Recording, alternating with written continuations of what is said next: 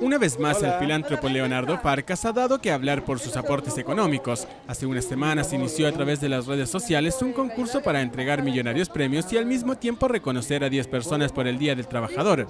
Día a día, a través de su cuenta Twitter ha estado anunciando los ganadores. El número 7, la Supermamá, una mujer de la comuna de Calle Larga que escribió su sacrificada historia de vida. Se trata de Roxana Parra. Ella tiene 10 hijos, 3 de ella, otros 2 de su marido, un suboficial de Carabineros quien quedó viudo de su primer matrimonio, y a estos se suman los 5 hijos de su hermana que falleció en el año 2013 a causa de una leucemia.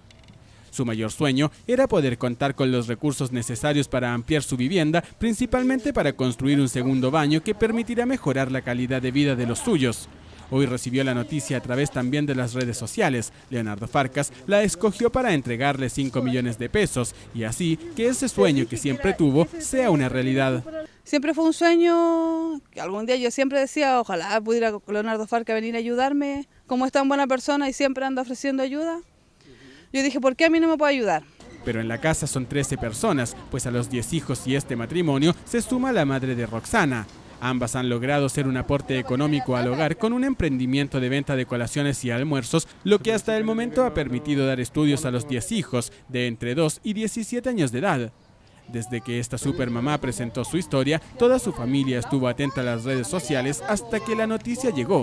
Era la familia escogida. Busqué por Twitter y decía Roxana Parra, la supermadre, ha sido la selección, ganó los 5 millones. ¿Y cómo te sentiste tú ahí al leer eso? Felicidad, mucha felicidad. ¿Sí? Es algo bueno igual porque nos falta terminar la casa y hace mucha falta esa plata. Una lucha que no ha sido fácil, pero que hoy se alivia un poco con el reconocimiento económico que le hace Leonardo Farcas.